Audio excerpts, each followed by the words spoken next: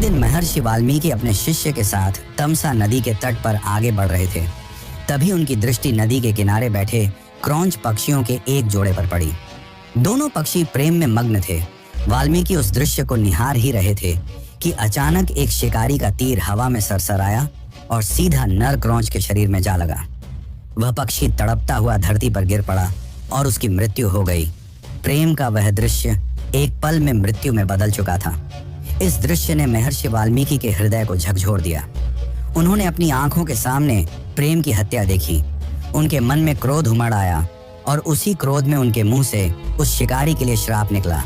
उन्होंने शिकारी को श्राप देते हुए कहा, मां निषाद प्रतिष्ठाम त्वमगम शाश्वती समा यत क्रौंच मिथुनादेकम वधि काम मोहितम।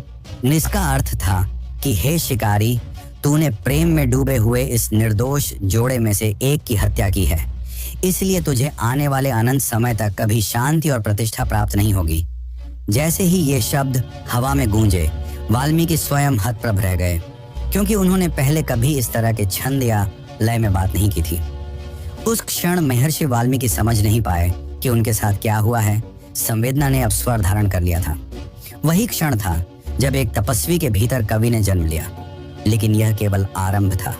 यह श्लोक किसी महान उद्देश्य की भूमिका था। अब प्रश्न यह था, यह शक्ति क्यों प्रकट हुई और इस नवजन्मे काव्य का उपयोग किस कथा के लिए होना था? इसका उत्तर स्वयं सृष्टि का रचयिता देने वाला था, और उसी उत्तर के साथ महर्षि वाल्मीकि के जीवन में प्रवेश होने वाला था एक दिव्य आदेश का, जिसने पूरी दुनिया को हमेशा के लिए बदल दिया। तो चलिए अब जानते हैं आगे की कहानी। लेकिन उससे पहले अगर आपको इस वीडियो से कुछ नया जानने और सीखने को मिल रहा है तो कृपया इसे अपने मित्रों और रिश्तेदारों को भी जरूर शेयर करें। पहला श्लोक निकलने के बाद महर्षि वाल्मीकि का मन शांत नहीं था।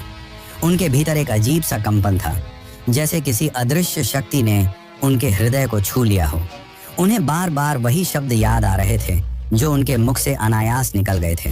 वे ध्यान में बैठे ही थे कि अचानक आश्रम के चारों ओर एक दिव्य प्रकाश फैलने लगा। उसी प्रकाश के मध्य स्वयं सृष्टि के रचयिता चतुर्मुख ब्रह्मा जी प्रकट हुए। महर्षि वाल्मीकि उन्हें देखकर स्तब्ध रह गए। उन्होंने तुरंत उठकर प्रणाम किया। ब्रह्मा जी ने वाल्मीकि को शांत स्वर में कहा कि जो श्लोक उनके मुख से निकला है वह करुणा से जन्मा काव्य था, और वही काव्य आगे चलकर मानवता का मार्गदर्शन करने वाला है। फिर उन्होंने वह महर्षि वाल्मीकि को आदेश दिया कि उन्हें मर्यादा पुरुषोत्तम श्री राम के संपूर्ण जीवन को काव्य रूप में रचना है।